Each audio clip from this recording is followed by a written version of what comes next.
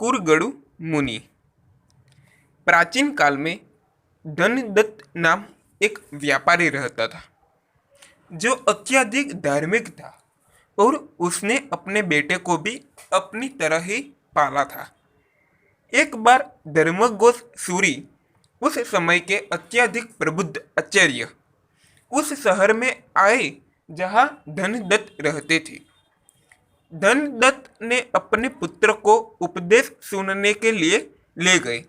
लड़का आचार्य की बातों से बहुत प्रभावित हुआ और उपदेश दिया कि उन्होंने अपना शिष्य बनने का फैसला किया।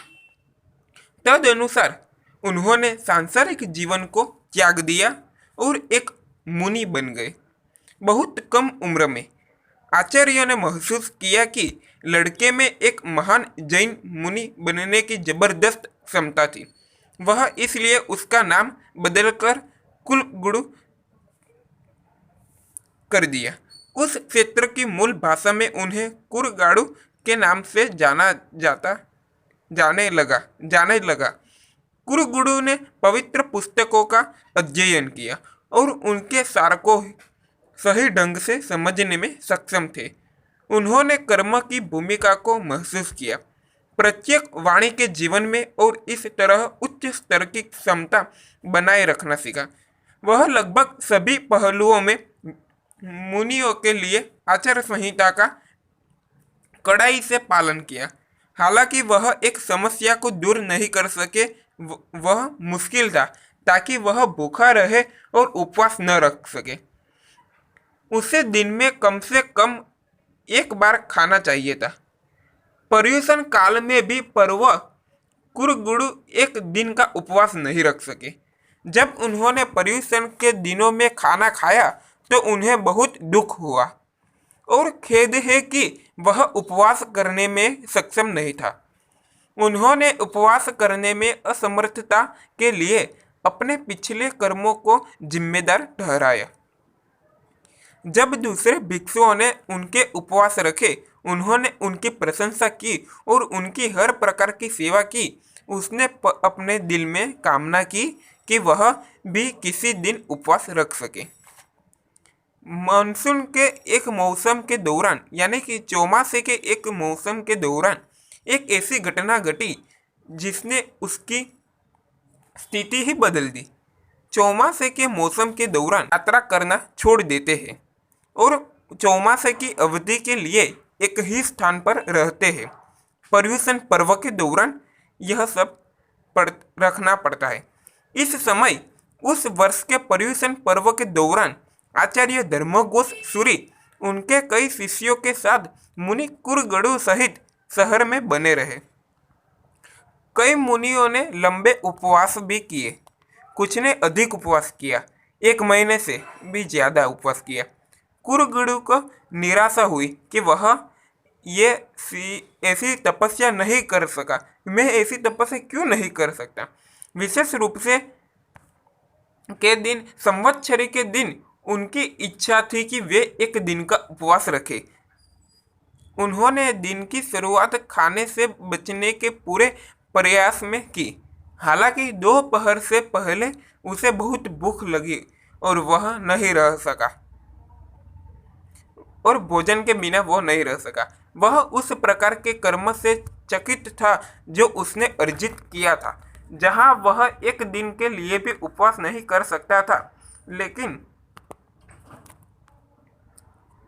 वह अनिच्छा से गुरु के पास गया और भिक्षा के लिए जाने की अनुमति मांगी। गुरु ने प्यार से मनाने की कोशिश की, उसे केवल एक दिन के लिए भोजन के बिना रहने के लिए, यह महसूस करते हुए कि उसे कम से कम उस दिन के लिए उपवास करने के लिए प्रेरित किया जाना चाहिए, खासकर जब अन्य सभी मुनि लंबे उपवास पर थे। कुरगुरु ने विनम्रता पूर्वक उत्तर दिया कि वह उपवास करना चाहता है और उपवास करने में असमर्थता के लिए बहुत खेद व्यक्त किया। अपनी विनम्रता के कारण गुरु को अपने भाग्य पर दया आई उसे भिक्षा के लिए जाने की अनुमति दी।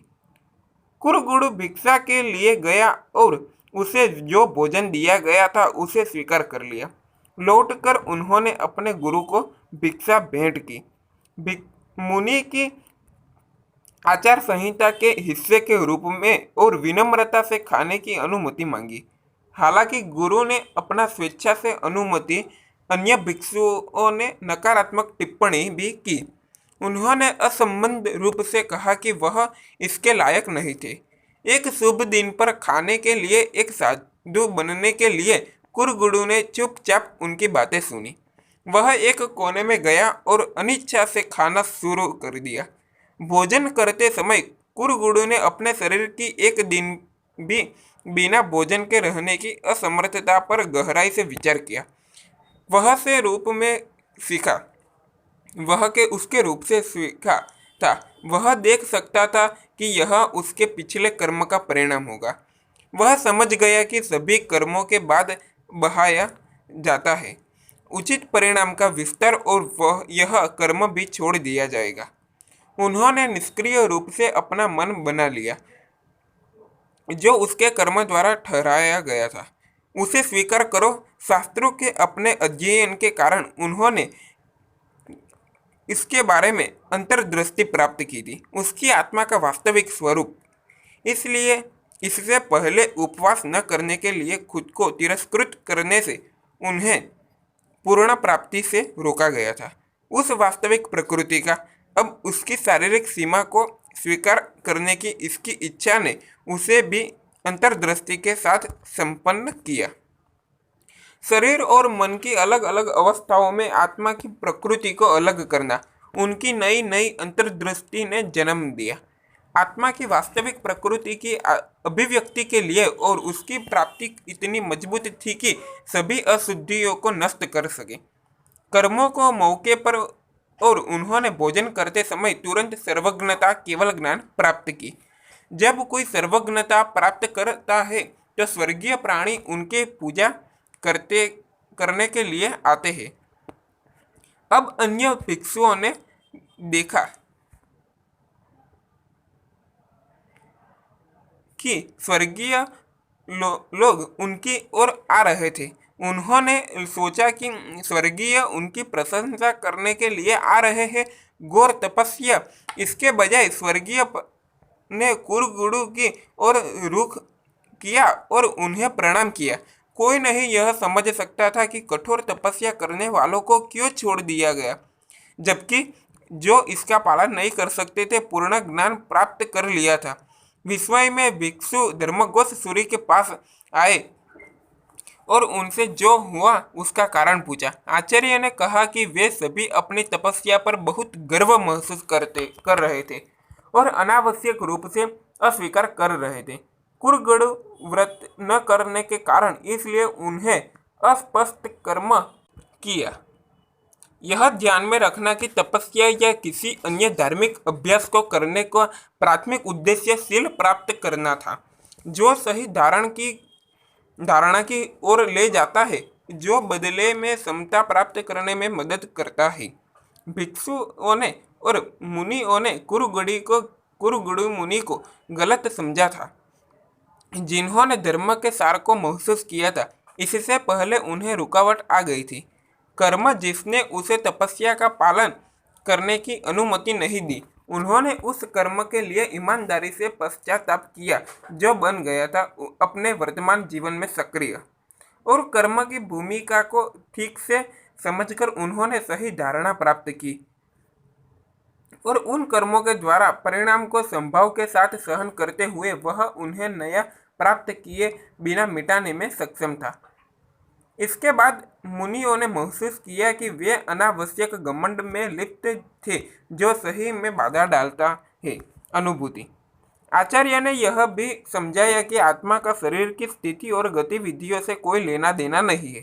शरीर है ऑपरेटिव कर्म के परिणाम के रूप में प्राप्त किया जाता है और इसे केवल साकार करने के लिए एक उपकरण के रूप में इस्तेमाल किया जाना चाहिए।